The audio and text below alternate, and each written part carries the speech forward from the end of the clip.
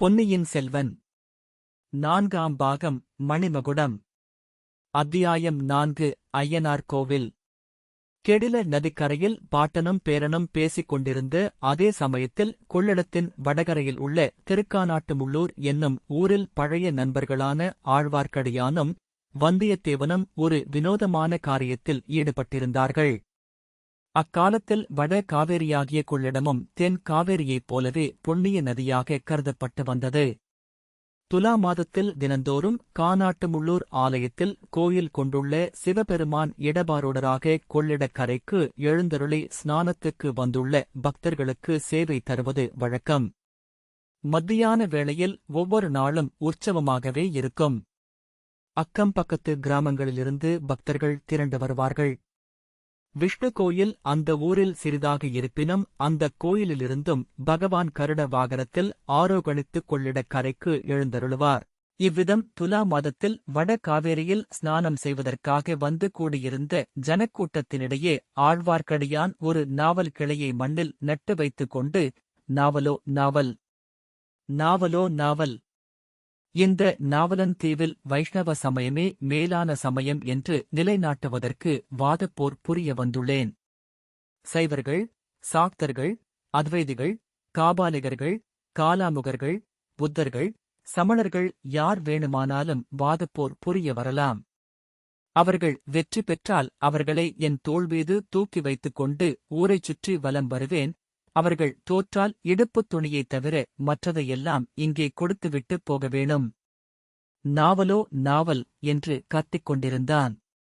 அவனுக்கு முன்னால் ருத்திராட்ச மாலைகள், மகர கண்டிகள், கமண்டலங்கள், குண்டலங்கள், பட்டு பீதாம்பரங்கள், பொற்காசுகள் ஆகியவை குவிந்து கிடந்தன. இவற்றிலிருந்து வெகு நேரம் வாதமிட்டு பலரை வாதப்போரில் வென்றிருக்க வேண்டும் என்பது தெளிவாயிருந்தது. அவனுக்குப் பக்கத்தில் கடம்பமரம் ஒன்றில் சாய்ந்து கொண்டு வந்தியத்தேவன் கையில் உருவிய கத்தியுடன் நின்று கொண்டிருந்தான். இப்போது அவனுடைய அறையில் உடுத்திய ஒரு துணியும் கையில் ஒரு கத்தியும் மட்டும்தான் இருந்தன. அவனுடைய தோற்றத்திலிருந்து ஆழ்வார்க்கடியான் மீது பலாத்காரத்தை பிரயோகிக்கப் பார்த்தவர்களை அவன் கத்தியை வீசிப் பயமுறுத்தி அனுப்பியிருக்க வேண்டும் என்று தோன்றியது. அந்தச் சமயத்தில் கூட்டமாகவும் கோஷித்துக் கொண்டும் வந்த சைவர் கூட்டம் ஒன்றைப் பார்த்து அவன் கூறிய மொழிகளிலிருந்தும் அது வெளியாயிற்று. எச்சரிக்கை! நியாயமாக வாதப்போர் செய்வோர் செய்யலாம். அத்துமீறி இந்த வைஷ்ணவன் மீது யாராவது கையை வைத்தால் இந்த வாளுக்கு இரையாவார்கள் என்று கூறியதுடன் கத்தியையும் இருமுறை சுழற்றினான். கோபத்துடன் வந்த சைவர்கள் சாந்தமடைந்தார்கள். அவர்களில் ஒருவர், ஓ வைஷ்ணவனே, ஏதோ நீ இன்றைக்கு வாதத்தில் ஜெயித்து விட்டதாக எண்ணிக் கர்வம் கொள்ளாதே. திருநாரையூருக்குப் போ. அங்கே உன்னை வாதில் வென்று புறமுதுகிட்டு ஓடச் செய்யக்கூடிய நம்பியாண்டார் நம்பியிருக்கிறார் என்றார். உங்கள் திருநாரையூர் நம்பியை திருநாராயணபுரத்து அனந்த பட்டரிடம் வந்து வாதமிடச் சொல்லுங்கள். அங்கே நானும் ஒருவேளை இருந்தாலும் இருப்பேன் என்று கூறினான் ஆழ்வார்க்கடியான். பலமுறை அவன் நாவலோ நாவல் என்று கூவியும் யாரும் புதிதாக வாதமிட வரவில்லை. எனவே நாவல் கிளையை எடுத்துவிட்டு சங்கு சக்கரம் பொறித்த வெற்றிக் கொடியை ஆழ்வார்க்கடியான் நெட்டான். பக்கத்தில் நின்று எல்லாவற்றையும் பார்த்துக் கொண்டிருந்த வைஷ்ணவர்கள் சிலர் உடனே அருகில் வந்து அவனை தூக்கித் தோளில் வைத்துக் கொண்டு, நாராயணனே நம் தெய்வம், நாமெல்லாரும் துதி செய்வம் என்று பாடிக்கொண்டு கூத்தாடினார்கள். பிறகு அவர்கள், வீர வைஷ்ணவனே, எங்கள் இல்லத்துக்கு வந்து அமுது செய்து அருள வேண்டும் என்று பிரார்த்தித்தார்கள். அங்ஙனமே ஆகுக என்று ஆழ்வார்க்கடியான் கம்பீரமாக கூறிவிட்டு வந்தியத்தேவனையும் அழைத்துக் கொண்டு சென்றான். இருவரும் புளியோரை, திருக்கண்ணமுது, ததியோன்னம் ஆகியவற்றை வயிறு முட்டும்படி ஒரு கை பார்த்தார்கள். ஆழ்வார்க்கடியான்தான் வாதப்பேரில் சம்பாதித்த பொருள்களில் அங்கவஸ்திரமாக அணியக்கூடிய பீதாம்பரம் ஒன்றை மட்டும் வந்தியத்தேவனிடம் கொடுத்துவிட்டு மற்றவற்றை ஸ்ரீ வைஷ்ணவர்களிடம் கொடுத்து அவற்றின் பெருமானத்துக்கு பொற்கழஞ்சுகள் பெற்றுக்கொண்டான். வைஷ்ணவ சமயத்தின் மேன்மையை நிலைநாட்டிக் கொண்டு வடக்கே ஹரித்வாரம் வரையில் போக வேண்டியிருப்பதால் தனக்கு பொற்காசுகள் தேவை என்பதாக அவன் தெரிவித்துக் கொண்டான். ஸ்ரீ வைஷ்ணவர்களும் மனமுவந்து பொருள்களின் பெருமானத்துக்கு அதிகமாகவே பொற்காசுகள் கொடுத்தார்கள். பெற்றுக்கொண்டு ஆழ்வார்க்கடியானும் வந்தியத்தேவனும் பிற்பகலில் கடம்பூரை நோக்கி பிரயாணமானார்கள். கொள்ளிடத்தில் அப்போது பெருவெள்ளம் போய்க் கொண்டிருந்தபடியால் அவர்கள் ஏறிவந்த குதிரைகளைக் கொண்டு வர முடியவில்லை. அவர்கள் நதியை கடந்த ஓடத்தில் ஜனங்கள் அதிகமாக ஏறியிருந்தபடியால் படகு கரையை அடையும் சமயத்தில் கவிழ்ந்துவிட்டது. மற்றவர்களைப் போல் வந்தியத்தேவனும் ஆற்று வெள்ளத்தில் விழுந்து நீந்திக் கரை சேர வேண்டியதாயிற்று. அச்சமயம் அத்தனை காலமாக எத்தனையோ நெருக்கடியான நிகழ்ச்சிகளிலும் வந்தியத்தேவன் காப்பாற்றிக் கொண்டு வந்து அவனுடைய அரைக்கச்சச் சுருளும் அதில் அவன் பத்திரப்படுத்தி வைத்திருந்த இலச்சினைகளும் இளைய பிராட்டி தந்த ஓலையின் கூட நதி வெள்ளத்தில் போய்விட்டன. அவற்றுடன் இருந்த பொன் நாணயங்களும் போய்விட்டன. புதிய குதிரைகள் வாங்குவதற்கு பணம் சேகரிப்பதற்காகவே மேற்கூறிய யுக்தியை அவர்கள் கையாண்டார்கள். யுக்தி பலித்துக் கொஞ்சம் பணமும் கிடைத்தது.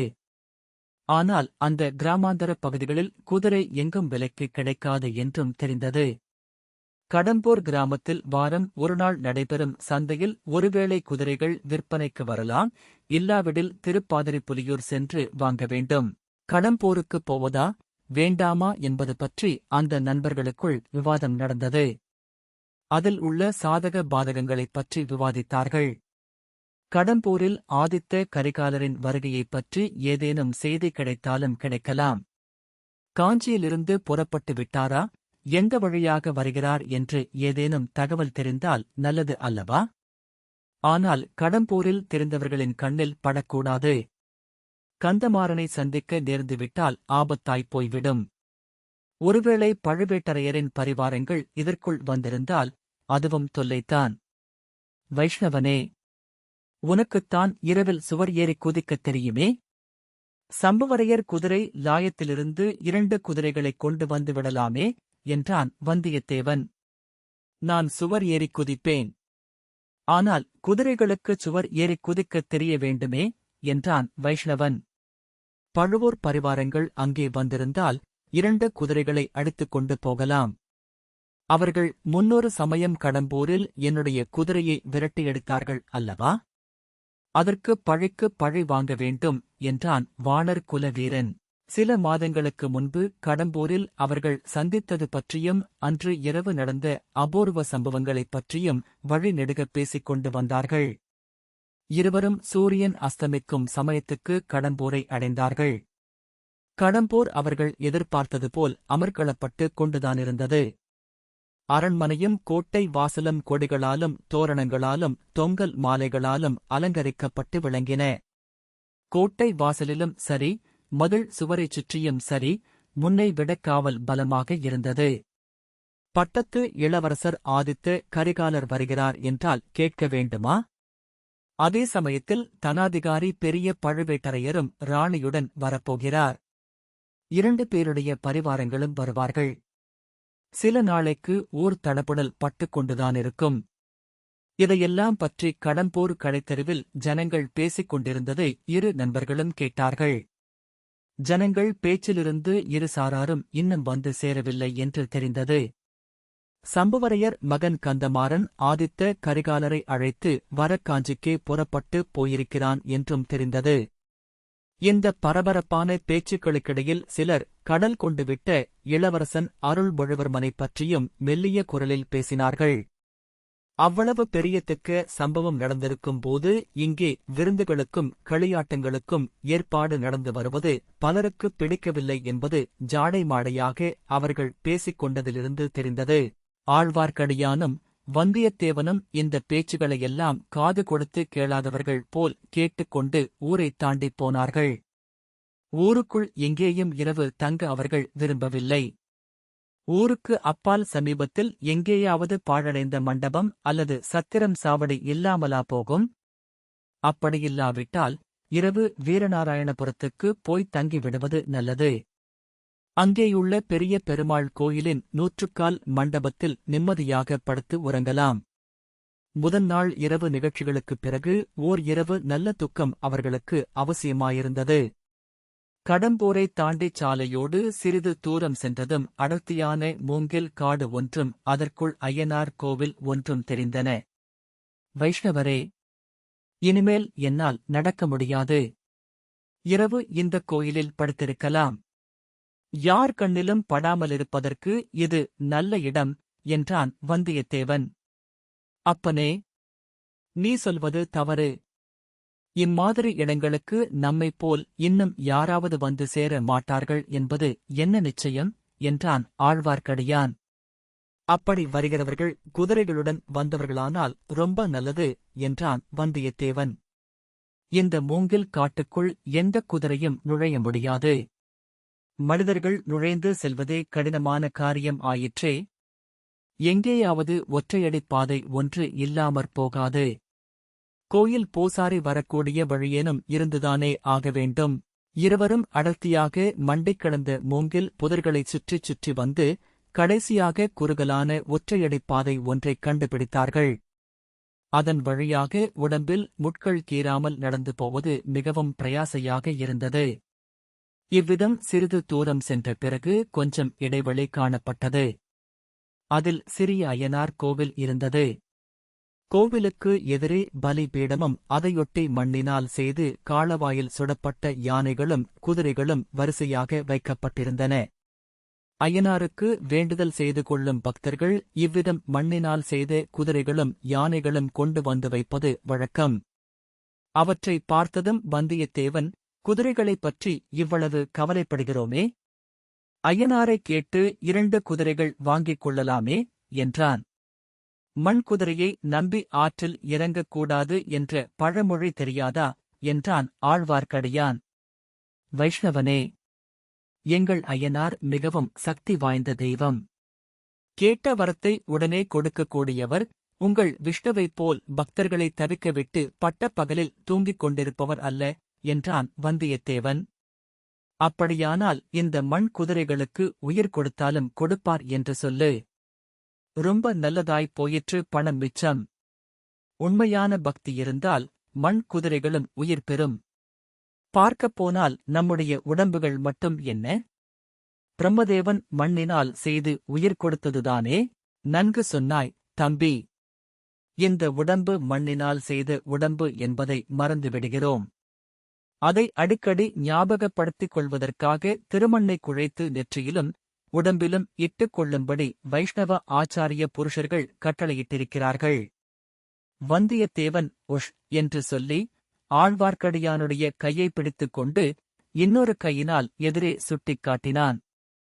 சூரியன் அஸ்தமித்து சிறிது நேரம் ஆகிவிட்டது. நாலாபுறமும் இருண்ட மூங்கில் தோப்புக்குள் சூழ்ந்திருந்த அச்சிறிய இடைவெளியில் மிக மங்கலாக தெரிந்த வெளிச்சத்தில் அய்யனாருடைய வாகனங்கள் உயிர் பெற்று அசைவதாகத் தோன்றின. ஒரு யானையும் ஒரு குதிரையும் இடம் பெயர்ந்து நகர்ந்தன. கண்ணால் கண்ட இந்த அற்புதத்தை நம்புவதா இல்லையா என்று தெரியாமல் வந்தியத்தேவன் சிறிது நேரம் திகைத்து நின்றான். ஆனாலும் அய்யனாருடைய அற்புத சக்தியை ஆழ்வார்க்கடியானுக்கு உடனே உணர்த்திவிடக்கூடிய சந்தர்ப்பத்தை இழக்கவும் அவனுக்கு மனம் வரவில்லை. வைஷ்ணவரே, பார்த்தீரா என்று அவன் சொல்வதற்குள் ஆழ்வார்க்கடியான் அவனுடைய கையை இறுக்கிப் பிடித்து உதட்டில் விரல் வைத்து சமிக்ஞை காட்டி பேச்சை நிறுத்தினான். பின்னர் இறுக்கிப் பிடித்த கையினால் வந்தியத்தேவனைப் பற்றியவாறு அவனை இழுத்துக் கொண்டு அந்த மூங்கில் புதருக்குப் பின்னால் சென்று நன்றாக மறைந்து நின்றான். குதிரையும் யானையும் அசைந்து சிறிது விலகிக் கொடுத்தன அல்லவா? அப்படி விலகிக் கொடுத்து இடைவெளி ஏற்பட்ட இடத்தில் ஒரு மனிதனுடைய தலை மட்டும் தெரிந்தது. அந்த தலை அப்பாலும் இப்பாலும் திரும்பி 4 புறமும் பார்த்தது. அய்யனாருடைய பலிபீடத்துக்கு பக்கத்தில் இம்மாதிரி ஒரு தலை மட்டும் தோன்றி 4 புறமும் சுழன்று விழித்த காட்சி மிக பயங்கரமாயிருந்து. எவ்வளவோ பயங்கரங்களை பார்த்திருந்த வந்தியத்தேவனுடைய மெய் சிலிர்த்தது.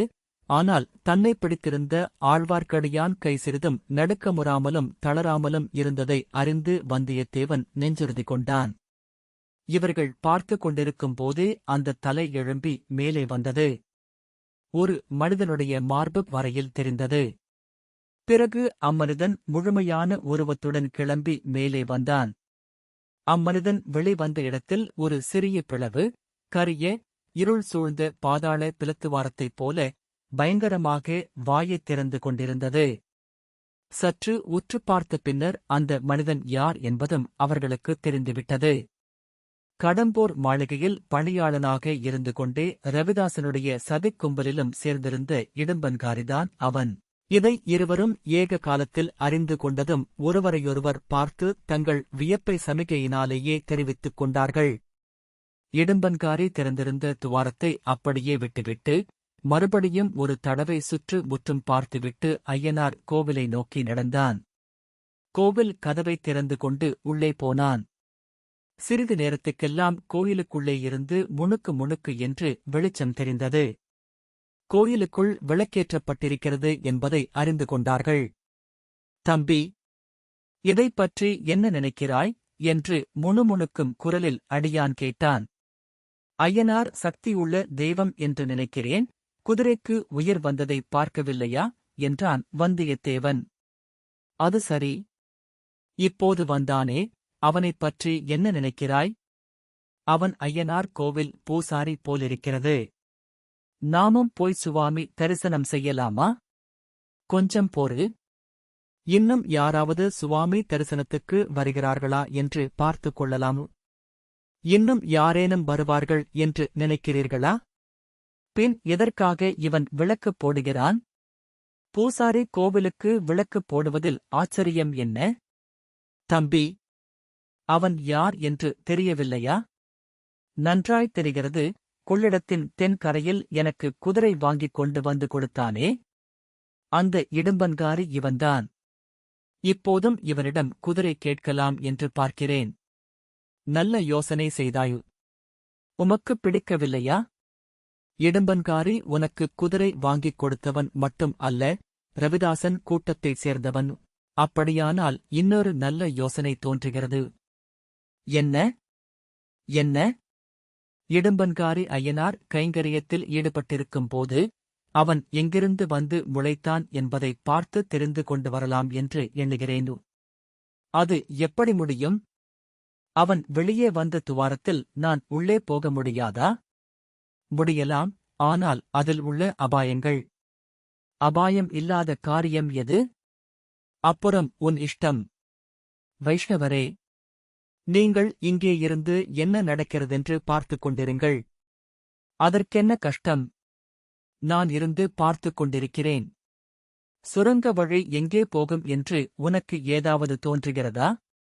தோன்றுகிறது சுவாமி, தோன்றுகிறது. அது சரிதானா என்று தெரிந்து கொள்ள விரும்புகிறேன். அதை நீ எதற்காக தெரிந்து கொள்ள வேணும்? ஏதேனும் ஒரு சமயத்தில் உபயோகப்படலாம். யார் கண்டது? அச்சமயம் சற்று தூரத்தில் வேறு பேச்சுக் குரல்கள் கேட்டன. தாமதிப்பதற்கு நேரமில்லை வைஷ்ணவரே. நான் திரும்பி வருகிற வரையில் இங்கேயே இருப்பீர் அல்லவா? அல்லது சுக்கிரீவன் வாலிக்குச் செய்தது போல் செய்துவிடுவீரா? உயிர் உள்ள வரையில் இங்கேயே இருக்கிறேன். ஆனால் நீ திரும்பி வருவது என்ன நிச்சயம்? உயிர் இருந்தால் நானும் திரும்பி வருவேன். இவ்விதம் சொல்லிக் கொண்டே வந்தியத்தேவன் நாலே பாய்ச்சலில் துவாரம் தெரிந்த இடத்தை நோக்கி ஓடினான். அதற்குள் இறங்கினான். மறுகணமே அந்த இருண்ட பள்ளத்தில் மறைந்தான். பிலத்துவாரம் அவனை அப்படியே விழுங்கிவிட்டதாக தோன்றியது. கோயிலுக்குள் சென்றிருந்த இடும்பன்காரி வெளியே வந்து சுற்று முற்றும் பார்த்தான். திறந்திருந்த துவாரம் கண்ணில் பட்டது. உடனே அவ்விடம் சென்று பலிபீடத்துக்குப் பக்கத்தில் நாட்டப்பட்டிருந்த சூலாயுதத்தைச் சுழற்றித் திருகினான். இடம்பெயர்ந்து அகன்றிருந்த யானையும் குதிரையும் மறுபடியும் நெருங்கி வந்தன. துவாரம் அடைப்பட்டு இருந்த இடம் தெரியாமல் மறைந்துவிட்டது. இந்த காரியத்தைச் செய்துவிட்டு இடும்பன்காரி மறுபடியும் வாசற்படியண்டை வந்தான். அதே சமயத்தில் ரவிதாசன், சோமன் சாம்பவன் முதலியவர்களும் வேறு திசையிலிருந்து வந்து சேர்ந்தார்கள். ஆழ்வார்க்கடியான் மூங்கில் காட்டுக்குப் பின்னால் இன்னும் நன்றாக மறைந்து கொண்டான். கோவில் வாசற்படி மேல் ரவிதாசன் உட்கார்ந்து கொண்டான். மற்றவர்கள் அவன் எதிரே தரையில் அமர்ந்தார்கள். தோழர்களே, நாம் கைக்கொண்ட விரதம் நிறைவேறும் சமயம் நெருங்கிவிட்டது என்றான் ரவிதாசன். இவ்வாறுதான் 6 மாதமாக நெருங்கிவிட்டது என்று சொல்லிக் கொண்டிருக்கிறோம் என்றான் ஒருவன். ஆம், அதில் தவறு ஒன்றுமில்லை. 6 மாதமாகவே அந்த நாள் நெருங்கி வந்து கொண்டிருந்தது. விரல் விட்டு எண்ணக்கூடிய நாள் கணக்கில் நெருங்கிவிட்டது. ஆதித்த கரிகாலன் காஞ்சியை விட்டு கிளம்பிவிட்டான் என்ற செய்தி வந்திருக்கிறது. திருக்கோவலூர் கிழவன் அவனை தடுத்து நிறுத்தச் செய்த பிரயத்தனம் பலிக்கவில்லையாம். வழியில் வேறு யாராவது தடுத்து நிறுத்த மாட்டார்கள் என்பது என்ன நிச்சயம்? ஆதித்த கரிகாலன் முன் வைத்த காலை பின் வைக்கிறவன் அல்ல, இனி யார் தடுத்தாலும் கேட்க மாட்டான். அவனுடைய சகோதரி சொல்லி அனுப்பிய செய்தி போய் சேர்ந்தால் அது எப்படிப் போய் சேர முடியும்? செய்தி கொண்டு போன வாலிபனைத்தான் காட்டில் கட்டிப் போட்டுவிட்டு வந்தோமே. அழகுதான். அவனை இன்று காலையில் கொள்ளிடத்தின் வடகரையிலே பார்த்தேன். அவனோடு நமது இன்னொரு பகைவனும் சேர்ந்திருக்கிறான். அது யார்? போலி வைஷ்ணவ வேஷதாரி. அப்படியானால் நாம் ஜாக்கிரதையாயிருக்க வேண்டியதுதான். அவர்கள் ஆதித்த கரிகாலனை சந்திக்காமல் தடுக்கப் பார்க்க வேண்டும். தும்பை விட்டு வாலை பிடிக்கிற கதையாக இருக்கிறது. கையில் அகப்பட்டவனை அங்கே ஒரு வழியாக தீர்த்திருக்கலாம். ராணி எதற்காக அவனை உயிரோடு விடச் சொன்னாள் என்று தெரியவில்லை. தோழர்களே, எனக்கும் அது அப்போது புரியாமல்தான் இருந்தது. அப்புறம் தெரிந்து கொண்டேன், ராணி என்னையும் மிஞ்சிவிட்டாள் என்பதை ஒத்துக்கொள்கிறேன். மிக முக்கியமான ஒரு நோக்கத்துடன் தான் வந்தியத்தேவனை உயிரோடு விடச் சொன்னாள் ராணி. அதை நீங்கள் இப்போது தெரிந்து கொள்ள வேண்டிய அவசியமில்லை. வந்தியத்தேவனைப் பற்றிக் கவலை வேண்டாம். ஆனால் அந்த வைஷ்ணவனைக் கண்டால் சிறிதும் தயங்காமல் உயிரை வாங்கிவிட்டு மறுகாரியம் பாருங்கள் என்றான் ரவிதாசன்.